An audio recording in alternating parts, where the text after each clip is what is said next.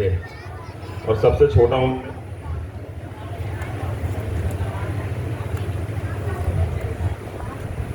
आज के इस स्वामी विवेकानंद सेवा संस्थान के वार्षिक उत्सव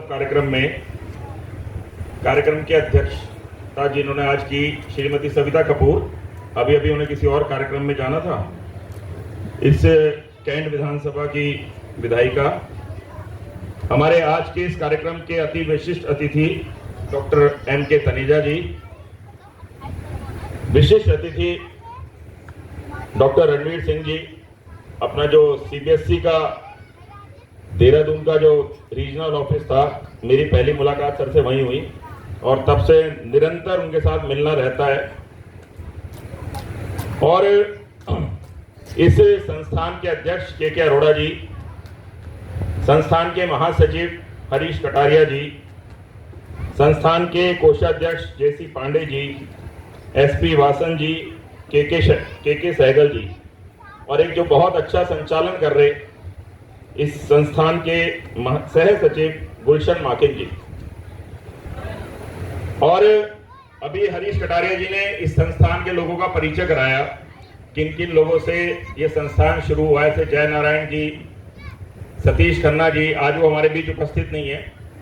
एक और नाम जो उनसे छूट गया, उन्होंने देखो मेरे को पीछे से याद दिलाया, क्योंकि मैं भी इस संस्थान से तब से जुड़ा हुआ जब ये संस्थान शुरू हुआ।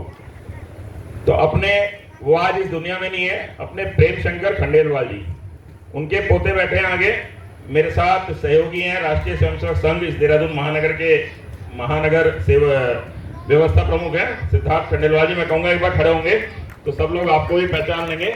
तो मतलब दादाजी के रूप में इनके दादाजी ने कार्य शुरू करा, ये आज उस कार्य को आगे बढ़ा रहे।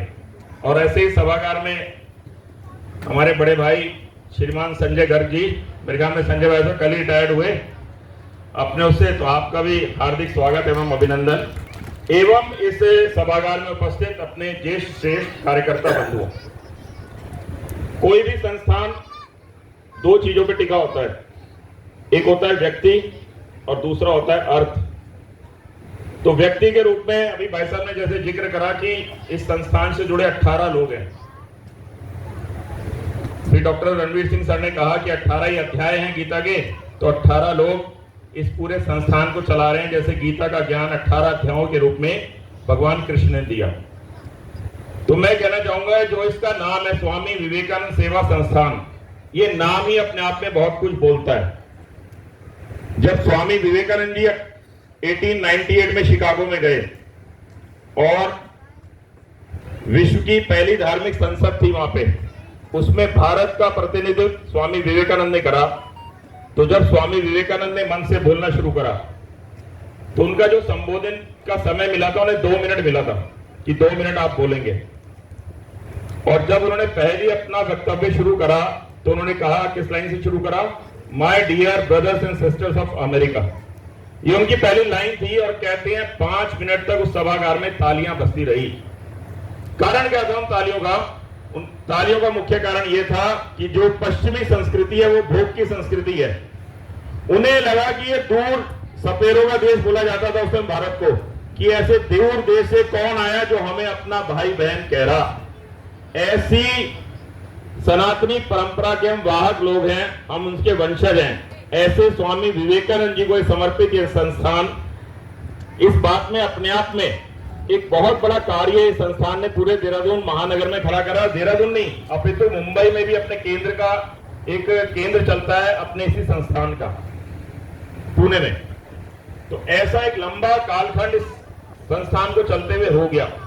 तो स्वामी विवेकानंद जी के भाव से प्रेरणा लेके, क्योंकि किसी संस्थान को चलाने के लिए, सेवा करने के लिए मन में दया का भाव होना चाहिए। तो स्वामी विवेकानंद जी के बचपन की एक बहुत बड़ी घटना है, जिससे उनकी मां को उसी समय पता लग गया कि मेरा बेटा आने वाले समय में कैसा होगा। एक बार उनकी माता जी सब्जी काट रही थी, बैठी थी विवेकानंद जी की। उनकी माता जी का नाम था भुवनेश्वरी देवी। तो वो सब्जी काट रही थी, उन्होंने विवेकानंद जी को कहा, जाओ किचन में जाओ और चाकू ले आओ। तो विवेकानंद जी चाकू लेने गए सब्जी काटने के लिए, मां सब्जी ठीक से काट सके। तो जब वो चाकू मां को देने लगे तो जो धार वाला हिस्सा था, जिसपे तेज धार होती है चाकू पे, वो अपनी तरफ रख लिया और जिस पे धार नहीं होती वो वाला हिस्सा उन्होंने माँ के हाथों में रखा। तो माँ ने कहा कि विवेकानंद तू बड़ा होकर बहुत दयालु बनेगा। तो विवेकानंद कहते हैं माँ तुम्हें ऐसे क्या बात लगी, मैं दयालु कैसे बनूंगा? तो माँ कहती है नहीं, दयालु के साथ साथ तू बहुत सेवा भावी भी होगा, तू लोगों की सेवा करेगा। कहती है जो इतने 10 वर्ष की आयु में ये जानता है कि ये धार वाली साइड अगर मेरी माँ की तरफ गई तो उसका हाथ कट सकता है, और तू उस धार वाली साइड को जो जबकि 10 साल का है अपनी तरफ रखता है, तेरे मन में अभी से ऐसे दया का भाव है, तू बड़े होके बहुत ही दयावान बनेगा। तो ये जो दया शब्द है ना, दया और दूसरा सेवा का भाव, ये एकदम एक दूसरे के पूरक हैं। तो ये जो सेवा संस्थान है, केवल ये नहीं कि हमने 18 लोग जुड़े और हमने कोई काम खड़ा कर दिया। मैं संस्थान में तब से जुड़ा हुआ हूं जब इसका पहला केंद्र देव सुमन नगर में खुला। तो वहां खुलने के लिए बैठा हुई उस बैठक में मैं भी उपस्थित था, और जिनका मैंने भी नाम जिक्र करा, उन्होंने उस संस्थान को बनाने के लिए, उस मंदिर के प्रांगण को बनाने के लिए ईंटों का ट्रक उन्होंने दिया था उस समय। तो उस समय ये 3-4 लोगों से संस्थान शुरू हुआ। सतीश खन्ना जी इसके मुख्य वो थे और हरीश कटारिया जी भाई साहब, तब का शुरू हुआ संस्थान। आज भाई साहब ने जैसे बताया 15-20 बच्चे उस समय होते थे, और आज कितने हैं? आज 250 बच्चे। तो ये जो सभागार में उपस्थित लोग हैं, हमारा भी कर्तव्य है कि मैंने कहा ना, एक संस्थान को चलाने के लिए व्यक्ति जरूरी है, तो साथ साथ दूसरी चीज क्या जरूरी है? अर्थ। तो अर्थ के रूप में हम क्या कर सकते हैं? जितने लोग यहाँ बैठे हैं, हम अपना जन्मदिन मनाते होंगे, हम अपनी एनिवर्सरी मनाते होंगे, तो आप ये तय करें मैं अपने जन्मदिन पे, अपनी एनिवर्सरी पे इस संस्थान में पढ़ने वाले 5 या 6 बच्चों को गोद लूंगा।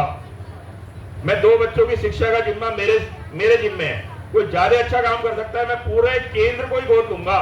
उसका जो वार्षिक खर्चा होगा भाई साहब बताएंगे, उससे उतना खर्चा मैं वहन करूंगा। ऐसा कुछ भाव लेके हम यहाँ से जाए, तब ये संस्थान अपने आप में जो आज एक छोटा स्वरूप दिखता है और बड़ा स्वरूप दिखेगा।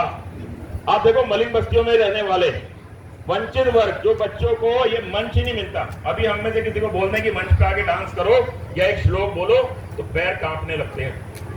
आसान नहीं है मंच पे आके प्रस्तुति देना, लेकिन छोटे छोटे बच्चों ने इतनी अच्छी प्रस्तुतियां दी, तो कहीं ना कहीं हम भी इस संस्थान से जुड़े। तो बच्चों के मन में पहले से ही लक्ष्य उनका निर्धारित है कि मुझे क्या करना है, और ये इसकी प्रेरणा कौन दे रहा? इसकी प्रेरणा दे रहा स्वामी विवेकानंद संस्थान। विवेकानंद जी के जीवन में भी एक व्यक्ति आया ऐसा, तो वो विवेकानंद जी के पास आके कहता है, विवेकानंद जी मैं जीवन में कुछ बनना चाहता हूं, लेकिन मुझे समझ नहीं आ रहा मैं करूं तो क्या करूं, मेरा मन बड़ा भटकाव की ओर है। तो विवेकानंद जी कहते हैं ये बाहर एक कुत्ता है, चेन से बंधा है, इसको लो और बाहर घुमा के आओ सड़क पे। तो व्यक्ति कुत्ते को लेके चेन से बंधे हुए सड़क पे घुमाने निकल जाता है, कह रहे जब तुम आओगे तुम्हारे प्रश्न का उत्तर तब दूंगा मैं। तो वो सड़क पे घुमा के लाता है, जब वापिस आता है तो विवेकानंद जी पूछते हैं कि ये कुत्ता इतना हाँफ क्यों रहा है? तो कहता है विवेकानंद जी मैं तो लक्ष्य तय था, आपने कहा था दूर सड़क तक घुमा के लाना है, मैं सीधा गया वहां तक घुमाया वापस आ गया, लेकिन ये कुत्ता कभी दाएं जाता था कभी बाएं जाता था, कुछ दिखता था तो ये उधर भागने लग जाता था। तो विवेकानंद जी कहते हैं तुम्हारे प्रश्न का उत्तर भी इसी में है। उनका स्लोगन था ना एक, awake arrive and stop not till the goal is reached. अपने लक्ष्य को निर्धारित करिए। अगर जीवन में हमारा लक्ष्य क्लियर है, विजन क्लियर है, तो हम उस लक्ष्य को प्राप्त कर सकते हैं, लेकिन मन में भटकाव होगा तो हम लक्ष्य की ओर नहीं पहुंच सकते। तो ऐसा विजन देने का काम इन बच्चों में, जो जिस समाज से बच्चे आते हैं, ये स्वामी विवेकानंद संस्थान कर रहा है। तो हम सब भी उसके सहयोगी बने, इन बच्चों के मार्गदर्शक बने, इनके प्रेरणा के एक स्रोत बने। हम समय नहीं दे सकते, हम धन के रूप में या किसी भी रूप में इस संस्थान का सहयोग कर सकते हैं। बहुत ज्यादा समय नहीं लूंगा, इतने अच्छे कार्यक्रम चल रहे थे, आप सोच रहे होंगे बीच में कौन आ गया हमें बोलने, लेकिन हरीश जी ने कहा कि आपको थोड़ा समय बोलना है, तो मैं इसलिए आपके बीच उपस्थित हूं। 3-4 बातों का और जिक्र करके अपनी वाणी को विराम दूंगा। मैं संघ के कार्यकर्ता के साथ साथ आज भारत का डंका जो विश्व में बज रहा है, और जो अपने सनातन धर्म का डंका पूरे विश्व में बज रहा, तो इस निमित्त भी हम सबकी भी कुछ जिम्मेवारियां हैं, कुछ काम हम अपने घर से शुरू करें। ऐसे पंच परिवर्तन की बात अपने पूजनीय सरसंघचालक मोहन भागवत जी ने समाज के बीच में एक विषय रखा है, संघ का शताब्दी वर्ष चल रहा है, तो हम सब भी उसका हिस्सा बने। उन्होंने 5 बातें कही हैं। मैं उन 5 बातों का जिक्र आपके सामने संक्षेप में रखूंगा। पहली बात उन्होंने कही है कुटुंब प्रबोधन। आजकल हम कह रहे हैं ना बच्चे बिगड़ रहे हैं। अभी बच्चों ने दिखाया कैसे कि इंटरनेट से बच्चे उसके जाल में फंस गए, समय नहीं दे पा रहे, ना माँ बाप समय दे रहे बच्चों को, ना बच्चे पढ़ाई को समय दे पा रहे। तो कुटुंब प्रबोधन की एक बात कही है, हम सब भी उसको अपने घर में करें। घर का एक समय का भोजन हम सब पूरे परिवार के साथ बैठ के करें, और वो रात्रि का समय होता है जब हम सारा परिवार एक साथ मिलता है। आपके बच्चे हैं, दादा दादी हैं घर में, माता पिता हैं, फोन उस कमरे से बाहर रखें, कक्ष से बाहर, और सब बच्चे बड़े एक साथ बैठ के भोजन करें। और उस भोजन के समय चर्चा क्या होनी चाहिए? परिवार की चर्चा होनी चाहिए। मेरे परिवार में क्या क्या हो रहा। माता जी बड़े, हमारी वाइफ हाउस वाइफ होंगी, उनसे भी पूछना चाहिए उन्होंने दिन भर में क्या क्या काम करा। बच्चे ट्यूशन कहाँ जाते हैं, बिटिया कहाँ जा रही, बेटा कहाँ जा रहा, क्या हम पूछते हैं अपने बच्चों से? तो पूछना बहुत आवश्यक है। हम कहते थे ना विधर्मी कोई हमारी बिटिया को ले गया, लेकिन हमें यही नहीं पता हमारी बेटी जा गा रही, किसके पास कहाँ ट्यूशन पढ़ती है, कहाँ नहीं जाती, क्योंकि माता पिता पे समय ही नहीं है इतना। बेटे से हम नहीं पूछते, बेटे को हमने इतना लाड किया हुआ कि बेटे से क्यों पूछेंगे। तो बेटे से भी पूछना चाहिए वो दिन भर कहाँ रहा, कहाँ जाता है। तो यह समाज का बड़ा जरूरी काम है, हम बच्चों से अपनी वार्ता करें। दूसरी बात कही है उन्होंने, स्व का जागरण। अपने देश पे हमें गौरव होना चाहिए, अपनी संस्कृति पे गौरव होना चाहिए। भारत, जिस भारत भूमि में हम पैदा हुए उसके ऊपर गौरव होना चाहिए। अभी सर ने, डॉक्टर रणवीर सिंह जी ने कहा कि हमें अपनी मातृभाषा पे गौरव होना चाहिए। तो हम अपनी बात हिंदी में करें, ज्यादा से ज्यादा अपने देश पे गौरव करें। हम बाहर जाते हैं ना, यहाँ से भारत से बाहर जाते हैं, कोई यूएस जाता है, कहीं जाता है, वहां पे सारे नियम कानून फॉलो करते हैं। हम सड़क पे थूकते भी नहीं, पॉलिथीन बाहर नहीं डालती, बोतल बाहर नहीं फेंकते। लेकिन वही व्यक्ति वो बड़ा समाज का धनाढ़ परिवार से होगा, लेकिन जो इंदिरा गांधी इंटरनेशनल एयरपोर्ट पे उतरता है और टैक्सी में बैठ के अपने घर को निकलता है, क्या करता है? बोतल बाहर, चिप्स का पैकेट बाहर। तो ये मन में भाव नहीं आता कि ये भारत माता के मेरी डस्टबिन है क्या? हमने जिस धरती को मां माना, उस धरती को साफ रखना ये मेरा काम नहीं है क्या? जब मैं भारत से दूर दूसरे देश जाता हूं, उस सारे नियमों का पालन करता हूं, तो ये मेरा भी नागरिक कर्तव्य है, मैं भी इस देश के कानूनों का पालन करूं। हम रेड लाइट तोड़ के जंप करके आगे चले जाते हैं, और अगर पकड़े जाते हैं तो किसी को फोन करते हैं, भाई साहब मुझे छुड़वा दो। तो ये हमारे बच्चों में संस्कार बचपन से आने चाहिए। ये नागरिक कर्तव्य, हम घर से निकले, रेड लाइट का पालन करें, हम सीट बेल्ट लगा के जाएं, छोटी छोटी बातें जीवन की, इन चीजों का पालन करें।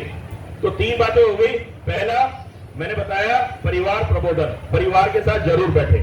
दूसरा स्व का जागरण। तीसरा मैंने बताया नागरिक कर्तव्य। चौथा है पर्यावरण।